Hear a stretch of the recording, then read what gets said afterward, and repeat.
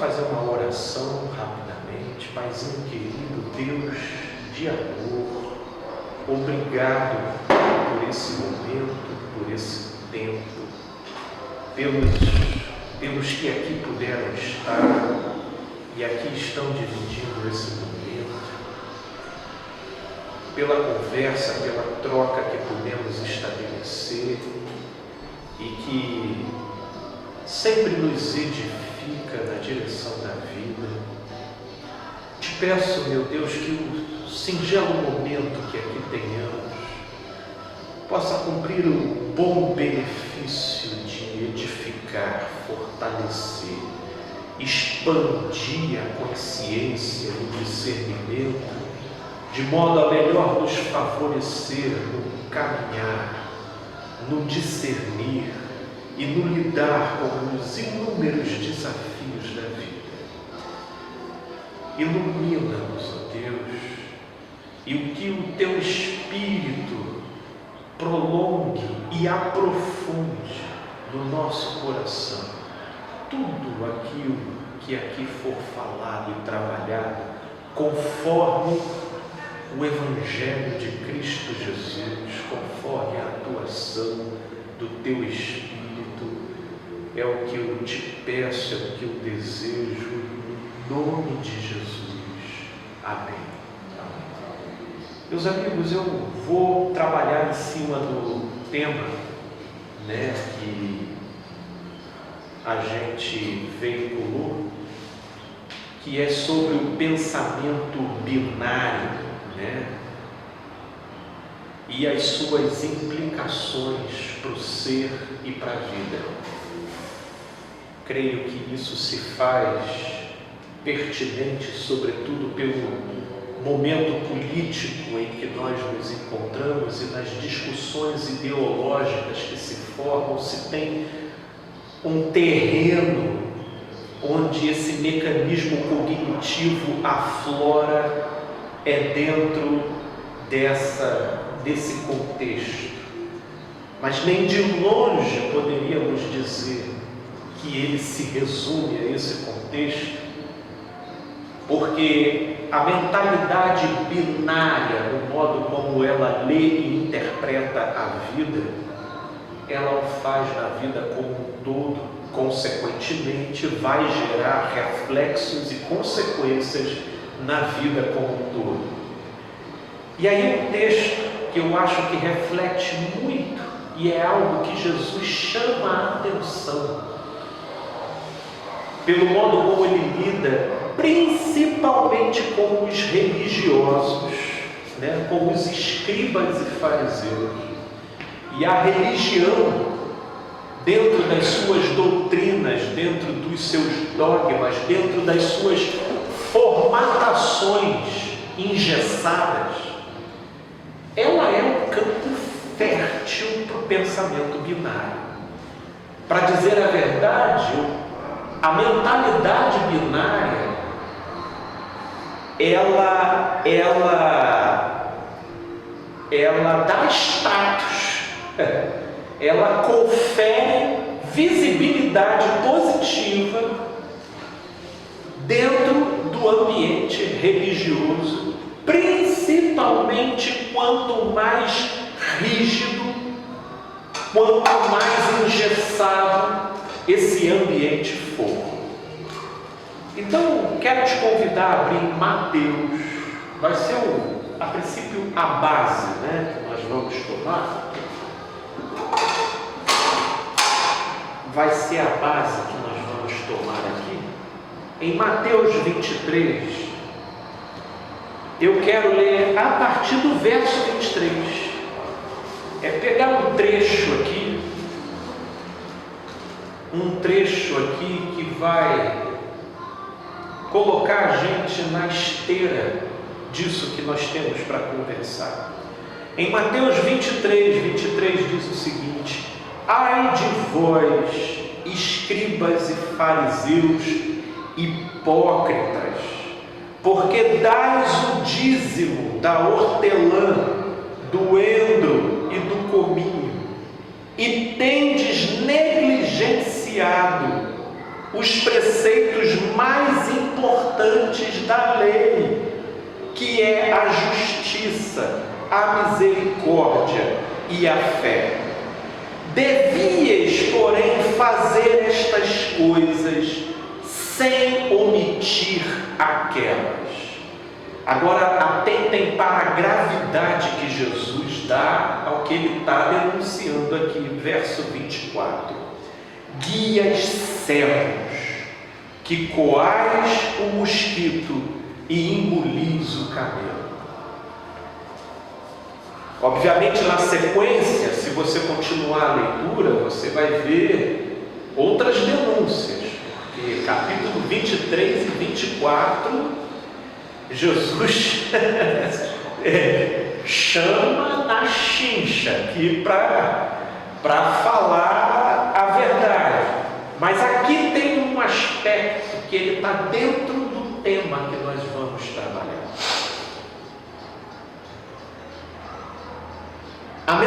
Primeiro eu queria caracterizar melhor, para a gente entender a mentalidade binária. A mentalidade binária, ela é aquela que opera pelo 8 ou pelo 80. E as únicas variáveis interpretativas para entender a realidade que a pessoa dispõe, ou é o preto ou é o branco. Sem dúvidas que isso traz uma simplificação enorme na leitura da realidade.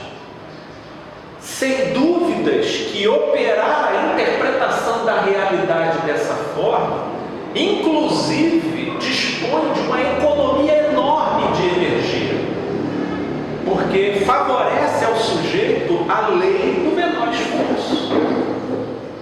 Para imaginar. Ele matou porque é ruim. Ele ajudou porque é bom. Você está entendendo? Isso daí, meu Deus do céu, simplifica e ao mesmo tempo concede ao sujeito o benefício do conforto da suposta ciência, tanto quanto a presunção do saber. A presunção do saber. Se ele está definindo a realidade de forma adequada ou não, aí são outros 500. Se a gente vai para o campo ideológico político, você vê um lado querendo fazer apologia de ser o lado do amor, da solidariedade e da inclusão. Só que em contrapartida a isso, eles tomam o outro lado todinho como sendo mecanismos de manipulação e deturpação da sociedade. Aí você vai, isso geral é a esquerda. Aí você vai para a direita, você vê a direita defendendo a família tradicional, você vê ele defendendo o Estado e vê defendendo a igreja como sendo baluartes daquilo que garante uma sociedade conservadora e de bons costumes. E tudo o que se refere ao outro lado são artimanhas esquerdistas para destruir, corroer e desmantelar o que seja bom. E cada qual, na sua respectiva direção, abraça a passionalidade que confere a eles a presunção do saber. E aí a gente incorre naquilo que Jesus denuncia aqui. Dais o dízimo da hortelã, do endo e do cominho, e tendes negligenciado preceitos mais importantes da lei, que é a justiça, a misericórdia e a fé. Devias, porém, fazer estas coisas sem omitir aquelas.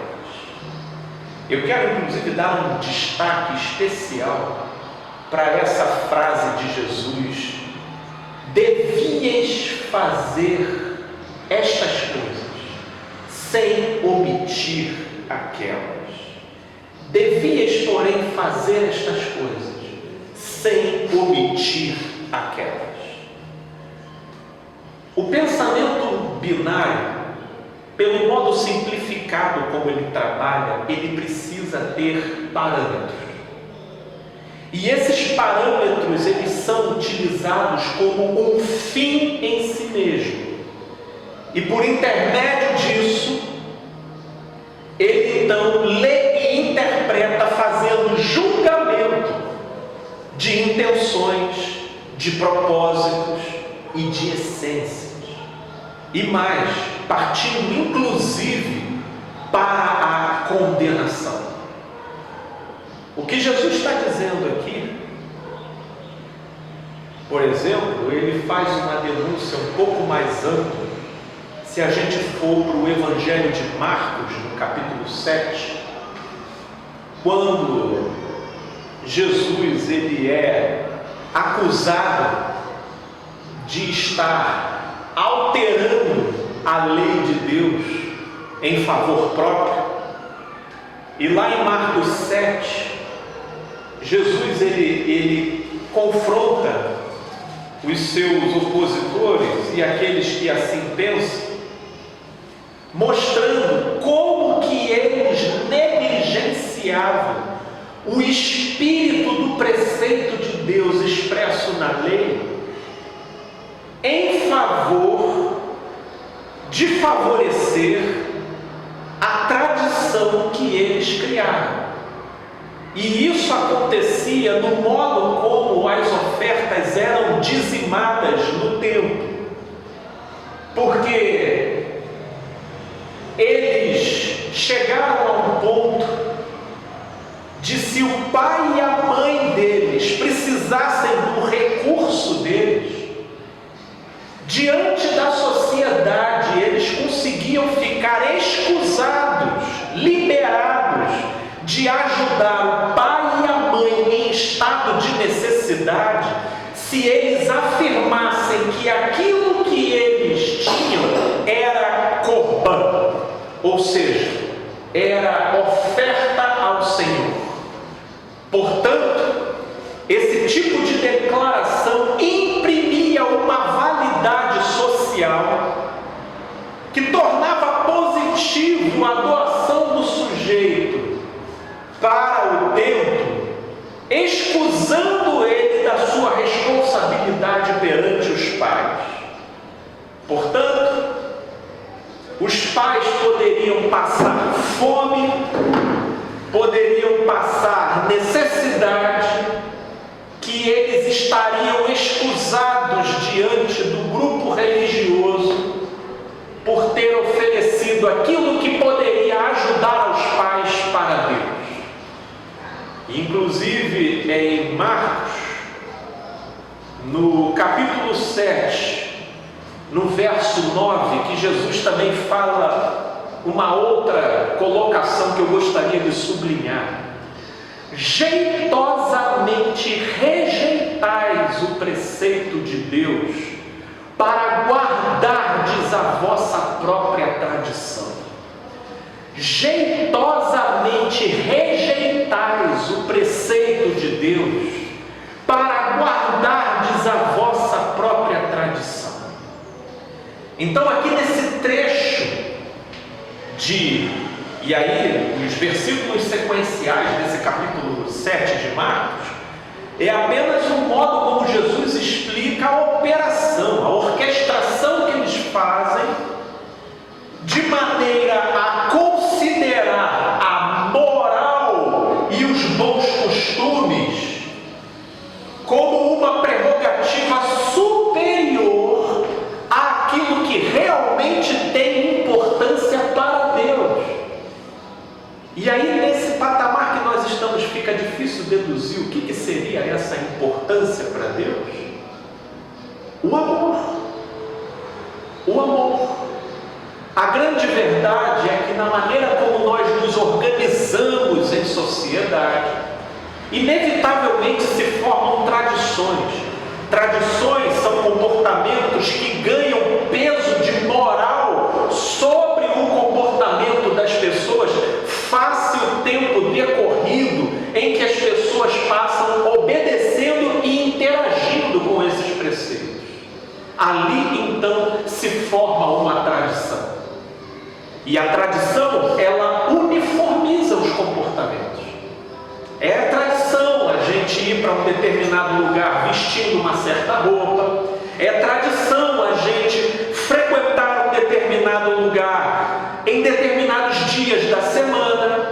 É uma tradição em chegar um dado período do ano e a gente não comer certos tipos de alimento em memória a uma data comemorativa. É tradição a gente trocar presentes em dadas que a gente atribui como comemorativas. A tradição, ela vai criando e estabelecendo parâmetros que uniformizam o comportamento do coletivo, de modo que, orquestrando o comportamento do coletivo, isso configura uma moralidade, uma moral. De modo que, a partir do momento que você cria uma tradição que normatiza o comportamento da maioria, aquilo vai exercer uma força de coerção sobre o indivíduo. Peso de lei. Isso, o peso de lei. O uso do costume. Isso. Na prática, o peso de lei. De modo que, se todo mundo tem o costume de ir num determinado endereço sagrado no domingo e o indivíduo não vai, ele vivenciará uma sensação de estar se desvirtuando de um ideal, de uma proposta. E não vai ser incomum as pessoas do grupo virarem e dizer: mas por que você não veio? Pô, senti sua falta. Seu pai vinha, sua mãe vinha, todo mundo vinha. Aí você vai fazer diferente? Tem essa coerção, porque a tradição cria uma relação de familiaridade com a psique, de modo a psique a tratá-la como um ideal de vida, porque o novo, ele inevitavelmente gera o desconforto do desconhecido. E falando em substratos mais primitivos e inconscientes da relação disso tudo com a nossa psique, o segredo é justamente esse daí. O novo e o desconhecido causam um descompasso que gera um desconforto, e a tradição é aquilo que anestesia por conta de estabelecer uma relação de familiaridade com a psique, de modo a pessoa não precisar desbravar nada, ela precisa só seguir. É que nem ela entrar para fazer trilha entre uma mata fechada e inóspita e entrar para fazer trilha num caminho que já foi desbravado, botar escadinha e tudo ali para o sujeito passar, nos lugares mais íngremes, tem cerquinha e tudo. Obviamente, qual é o caminho em que a psique vai se sentir mais confortável? Vai ser o caminho que já está estabelecido, e é isso que a tradição ela faz na relação com a nossa subjetividade. Porém, somando o fato dessa operação cognitiva binária, ou é 8 ou é 80, ou é isso ou é aquilo, trabalhando com os rótulos, trabalhando com as nomenclaturas, trabalhando-se com os estereótipos formados pela concepção da maioria e que se tornou tradição, a mentalidade binária, ela se arroga a presunção de saber, e com isso como um efeito, ela condena, ela oprime, ela deixa morrendo de fome, ela não liga, porque o pensamento binário, pelo modo simplificado e arbitrário com que ele opera na leitura das coisas, e aí, consequentemente, os sentimentos da pessoa, ele vai se moldando nesse padrão do olhar. Inclusive foi Jesus que disse: os olhos são a candeia do corpo. Se os teus olhos forem bons, todo o teu corpo será luz, mas se teus olhos forem maus, até a luz que há em ti será trevas. Então, o pensamento binário, ele também modela a nossa maneira de sentir e perceber a realidade. De modo que, se o sujeito enxerga como prioridade o ficar bem na fita diante de uma determinada comunidade, ele então vai unilateralmente abraçar uma proposição, negligenciando uma série de outras verdades. E é isso que torna improdutivo e completamente desvirtuado o sentido da verdade de Cristo Jesus, quando se abraça uma passionalidade para se defender um lado ideológico. Porque quanto mais unilateral e radical você se fizer numa determinada posição, você pode ter certeza que você está negligenciando uma série de outras variáveis e que operam por baixo das roupagens que o pensamento binário consegue capturar. Porque para o pensamento binário, o bandido é ruim, a polícia é boa, o pastor é santo, a prostituta é devassa.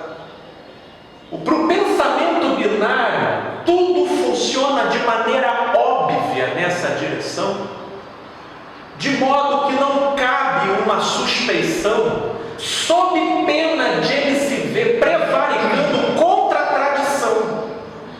Não é por outra razão que a primeira denominação com a qual Jesus se refere para denunciar o público que age dessa forma é a palavra hipócritas. Hipócritas. Porque não tem como você se agarrar a um determinado posicionamento ideológico, comportamental, muito mais baseado na tradição e nos bons costumes, e inevitavelmente você não está negligenciando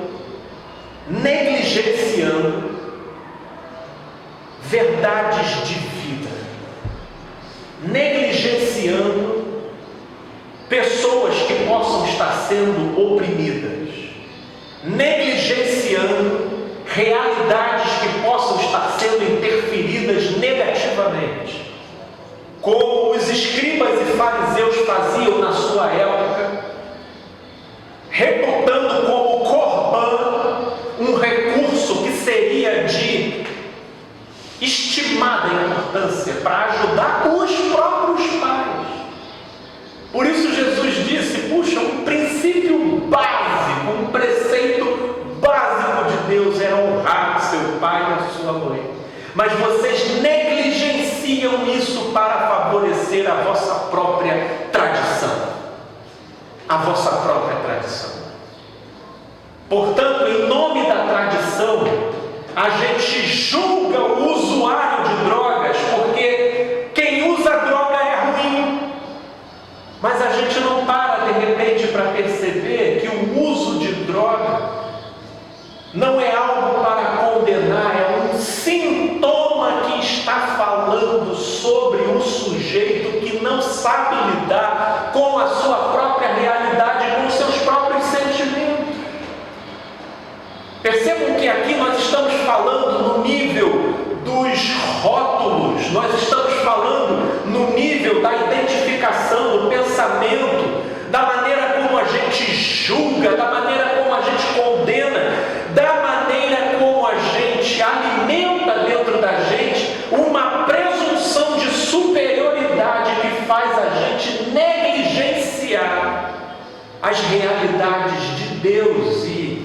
como Jesus disse aqui no verso 23, os preceitos mais importantes da lei: justiça, misericórdia e a fé.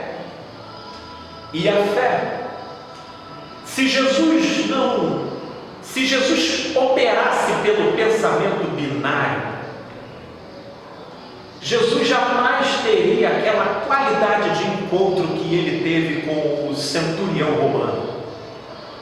O centurião romano era alguém que dispunha, de uma religiosidade politeísta, sem falar que ele era romano, ele participava das tropas invasoras e que, por conseguinte, causava uma série de inconvenientes para o povo de Israel.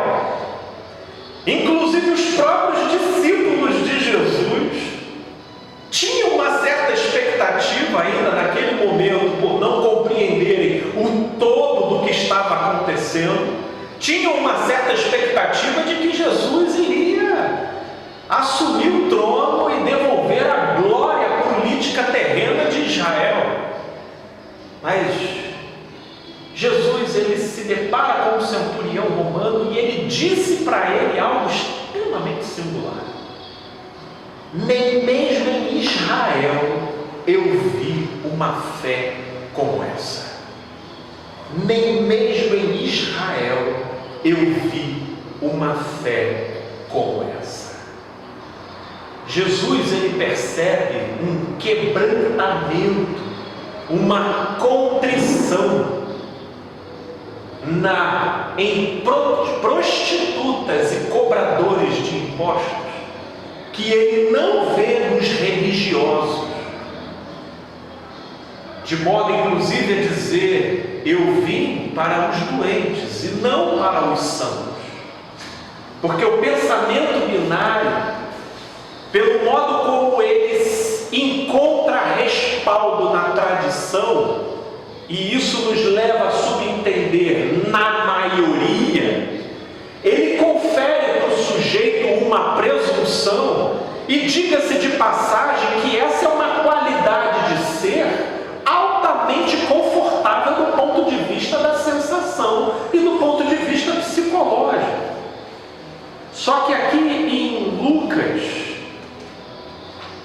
no capítulo 18, Jesus narra uma parábola relativa a um desdobramento típico da mentalidade binária, que é aquela que se vincula à tradição como forma de corroborar a sua própria certeza e presunção de saber, só que por esse caminho, atropelando e passando por cima de uma série de importâncias do preceito de Deus.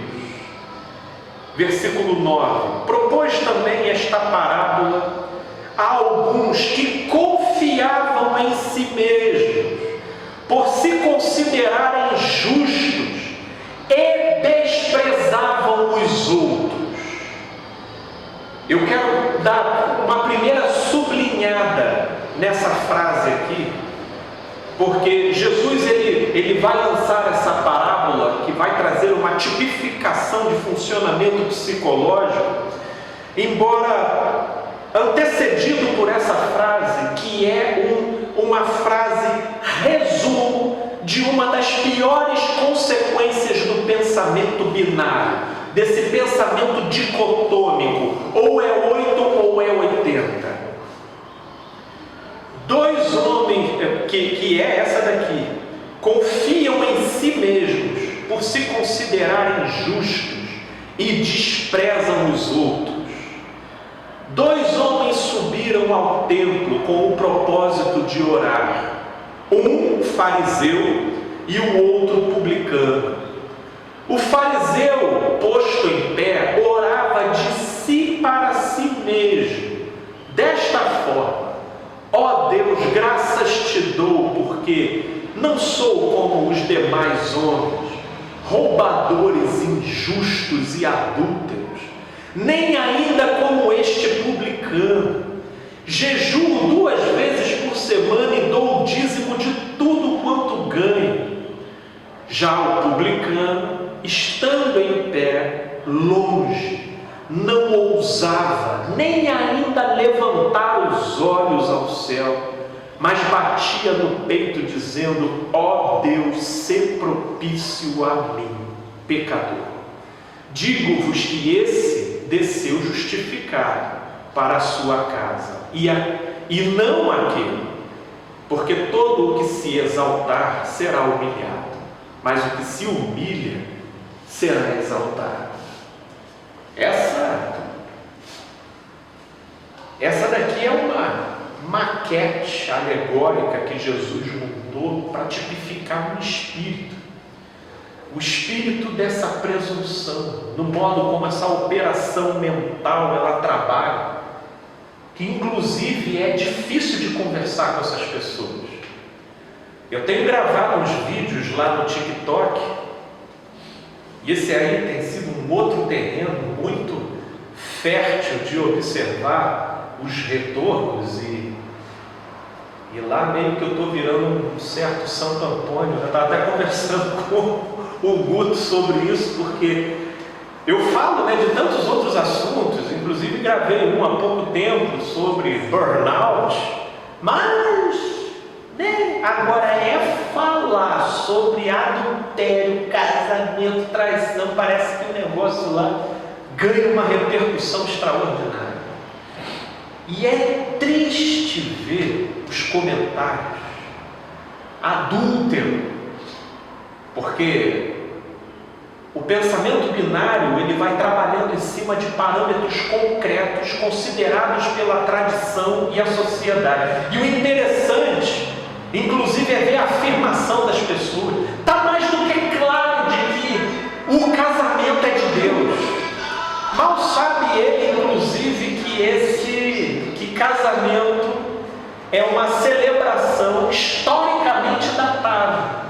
Embora seja algo da ordem de uma celebração, ela sempre teve muitas formas e muitas maneiras. Mas nesse sentido de ser oficializada por um sacerdote religioso, fazendo a mediação da cerimônia para que ela supostamente tenha uma validade diante de Deus, isso inclusive vem depois da igreja constantiniana para cá, quando a igreja católica percebeu que as transações de casamento entre príncipes e princesas dos impérios e reinados ao redor deles eram eventos que faziam girar uma riqueza extraordinária, tanto quanto um poder político muito grande. E a igreja católica não posso ficar fora disso de jeito nenhum. A partir de agora, se a gente não oficializar essa história aí que vocês fazem entre vocês, Deus não aceita. E aí começaram a introduzir os sacerdotes religiosos, na época católicos, para fazer a mediação.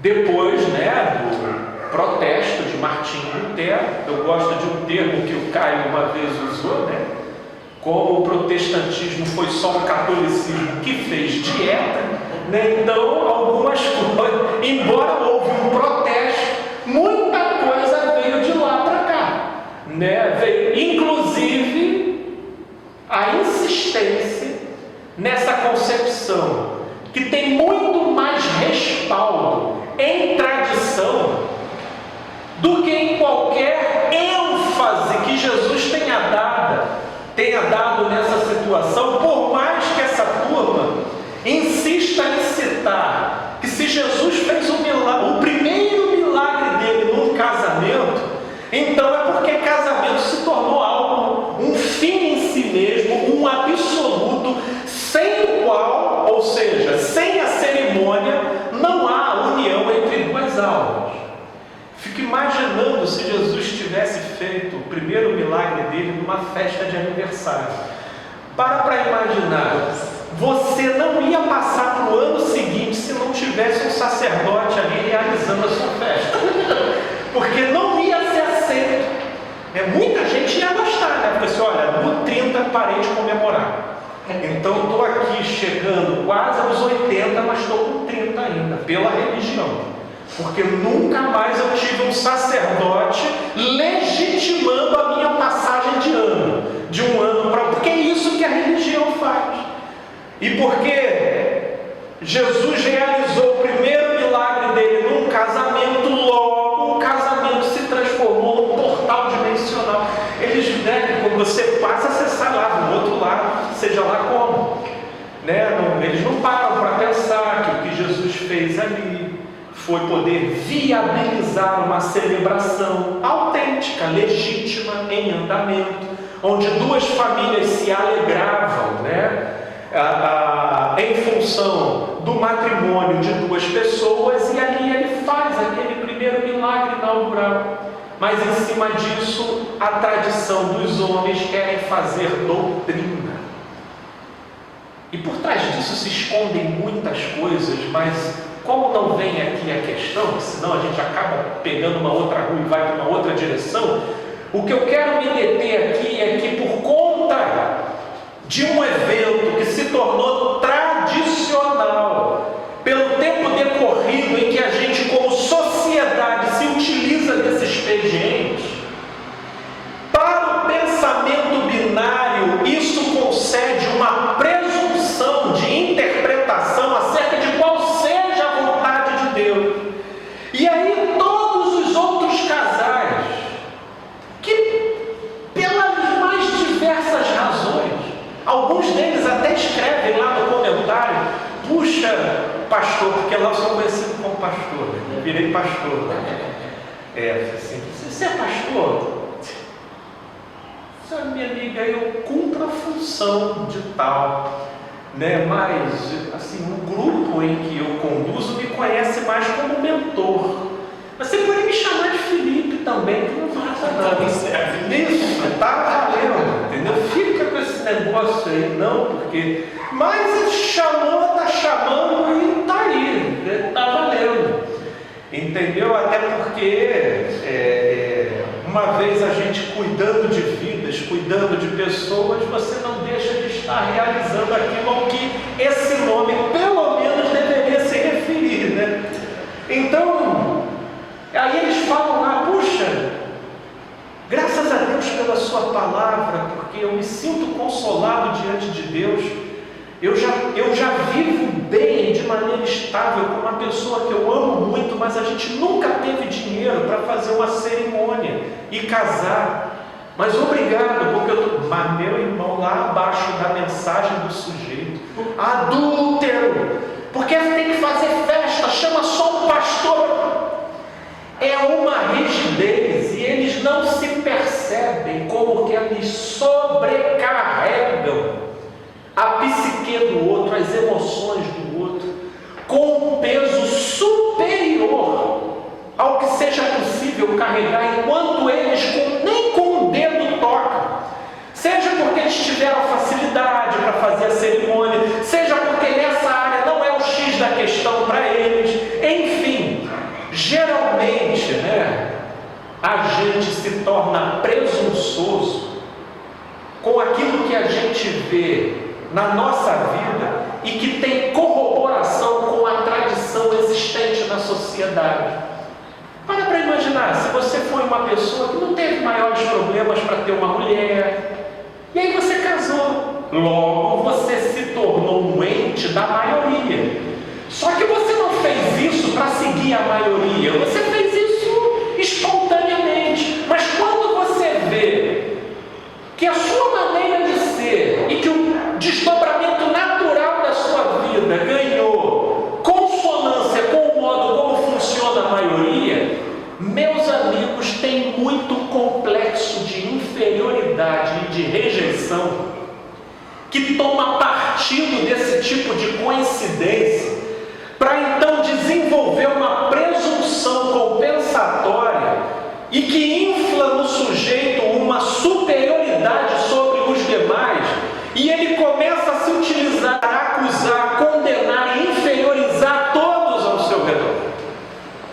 E psicologicamente, em boa parte das vezes, esse é o pano de fundo. Quanto mais você vai indo para comunidades mais pobres, para imaginar, e lá então é que o pensamento binário extraordinário e esse tipo de disposição unilateral da percepção e da leitura das coisas vigora com uma força extraordinária. Porque acaba que o sujeito encontra apenas nessa presunção de uma validação que a tradição e a maioria social confere para ele então conseguir se resgatar do sentimento de inferioridade, de às vezes não ter nada, ou de não ter nenhuma outra insígnia social que favoreça ele diante do grupo. Portanto, só que isso o leva a negligenciar os preceitos mais importantes de Deus. Porque naquilo em que você impõe, naquilo em que você julga, naquilo em que a partir de um parâmetro da tradição e do comportamento dos homens você condena, consequentemente você está deixando furtivo, deixando de lado a justiça, a misericórdia, a fé e o amor. E aí, é o que Jesus diz: antes fosse vocês fazerem isso, lá no texto que nós lemos, devias, porém, fazer essas coisas sem omitir aquelas. Sem omitir aquelas. Devias, pois, casar sem omitir o fato de que muita gente não vai conseguir fazê-lo e nem por isso eles não estarão casados diante de Deus. E casar aqui, eu estou falando dessa cerimônia religiosa, formal, que a gente vê e observa por aí. Porque eu creio que para a gente fechar, esse é um texto até que eu já li outras vezes, em 2 Pedro, no capítulo 1, eu creio que Pedro ele tem, depois de conviver com Jesus, que tinha esse olhar muito mais amplo, que não se resumia à direita e à esquerda, que não olhava e interpretava as coisas a partir de uma dicotomia rígida. Em 2 Pedro, no capítulo 1, nessa convivência com Jesus, Pedro ele descreve uma recomendação que eu creio que seja a salvação para a mentalidade binária. Mas isso demanda ser um exercício diário. Quando aqui, a partir do verso 3, ele diz: visto como pelo seu divino poder nos têm sido doadas todas as coisas que conduzem à vida e à piedade, pelo conhecimento completo daquele que nos chamou para a sua própria glória e virtude, pelas quais nos têm sido doadas as suas preciosas e muito grandes promessas, para que por elas vos torneis coparticipantes da natureza divina. Porque a natureza humana falente é essa natureza binária, do 8 ou do 80. Mas para nos tornarmos coparticipantes da natureza divina, livrando-vos da corrupção das paixões que há no mundo, por isso mesmo, vós, reunindo toda a vossa diligência, associai a vossa fé à virtude. Porque não adianta você dizer que acredita e querendo exercitar a sua fé para acontecer uma tragédia com o teu próximo, ou para acontecer aquilo que seja mal em relação ao sentido da vida. Portanto, associe a sua fé à virtude. Com a virtude, associe o conhecimento. Porque não basta a coisa ser virtuosa se você não tiver a devida noção do como aplicar essa virtude. Um acolhimento seu pode estar alimentando um vício e uma dependência, e uma bondade sua pode estar retroalimentando uma miséria. Por isso, virtude é bom que seja associada associada com conhecimento. E com o conhecimento, o domínio próprio. Sim, é bom associar o conhecimento com o domínio próprio, de maneira que, desvairado pelos seus próprios impulsos, vontades e desejos, o seu conhecimento não seja formado de maneira tendenciosa, apenas para patrocinar e advogar causas egoístas e tendenciosas. Portanto, o domínio próprio. E o domínio próprio, a perseverança. Porque nenhum domínio próprio, ele é formado pela via de uma mágica. Domínio próprio é aquilo que eu chamo do crossfit da consciência. É um compromisso diário de você estar trabalhando e orquestrando essas forças do lado de dentro. E com a perseverança, a piedade. Sim, a piedade, de modo a você ter nessa espera uma transcendência que te conecte a um sentido superior de amor, para que isso não vire um esforço seco e infrutífero. E a piedade, a fraternidade, e a fraternidade, o amor. Porque estas coisas existindo em vós e em vós aumentando, fazem com que não sejais nem inativos, nem infrutuosos no pleno conhecimento de nosso Senhor Jesus Cristo. E eu acrescentaria, com todo o respeito, meu amigo Pedro, nem hipócritas, como sendo a primeira palavra que Jesus denuncia no versículo 23 do capítulo 23. Porque não existe, não tem como você abraçar uma presunção de superioridade em relação a uma dada modalidade da sua vida que caminha em conformidade com o parâmetro tradicional, no modo como a maioria se comporta, sem que você desande em alguma outra direção.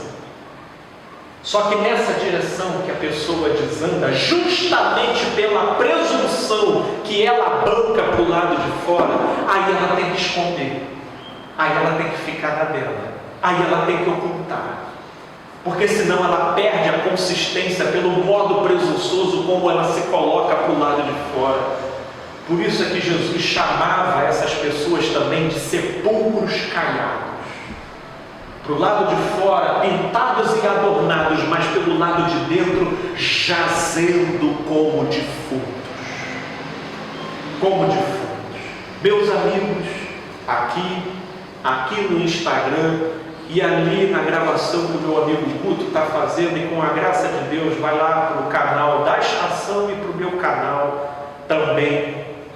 Eu espero de coração que o Espírito de Deus possa complementar essa mensagem, de modo que as paixões desse mundo não venham arrebatar a nossa alma, produzindo presunções unilaterais, que ainda que se calcando em parâmetros que sejam certos, mas que uma vez divorciados do equilíbrio, da justiça, da misericórdia e do amor, nos coloca para negligenciar os principais preceitos de Deus. Portanto, é nessa direção que eu te peço, ó Espírito, nesse momento de fervilhar ideológico em inúmeras direções, livra-nos do mal. Livra-nos do mal que corrompe o ser, que provoca em nós a anestesia da presunção e da suposta superioridade em relação ao nosso próximo, empavonados porque estamos supostamente do lado certo e acabamos negligenciando uma série de verdades e preceitos que vêm da tua parte, atropelando condições, situações e realidades que às vezes estão bem ao nosso lado e a gente não se percebe o quão preconceituosos, discriminatórios e legalistas, opressivos, a gente acaba se fazendo, reputando com isso prestar culto a Deus. Livra-nos desse mal, meu Pai, e que a Tua graça opere em nós de maneira ampla e completa, de modo que tenhamos em nós o equilíbrio e não a paixão que cega. Tenhamos em nós a firmeza do amor, que é aquilo que nos remete para a nossa melhor versão. É o que eu te peço aqui em oração para todos os que nos ouvem, em Cristo Jesus. Amém. Amém, meus amigos. Amém aqui, meus amigos do Instagram. Obrigado pelos que compareceram, pelos que estiveram aqui interagindo. Deus os abençoe. Até a próxima. Esse vídeo vai ficar gravado aqui no Instagram e depois lá no meu canal no YouTube. Um beijo para vocês e até a próxima, gente boa.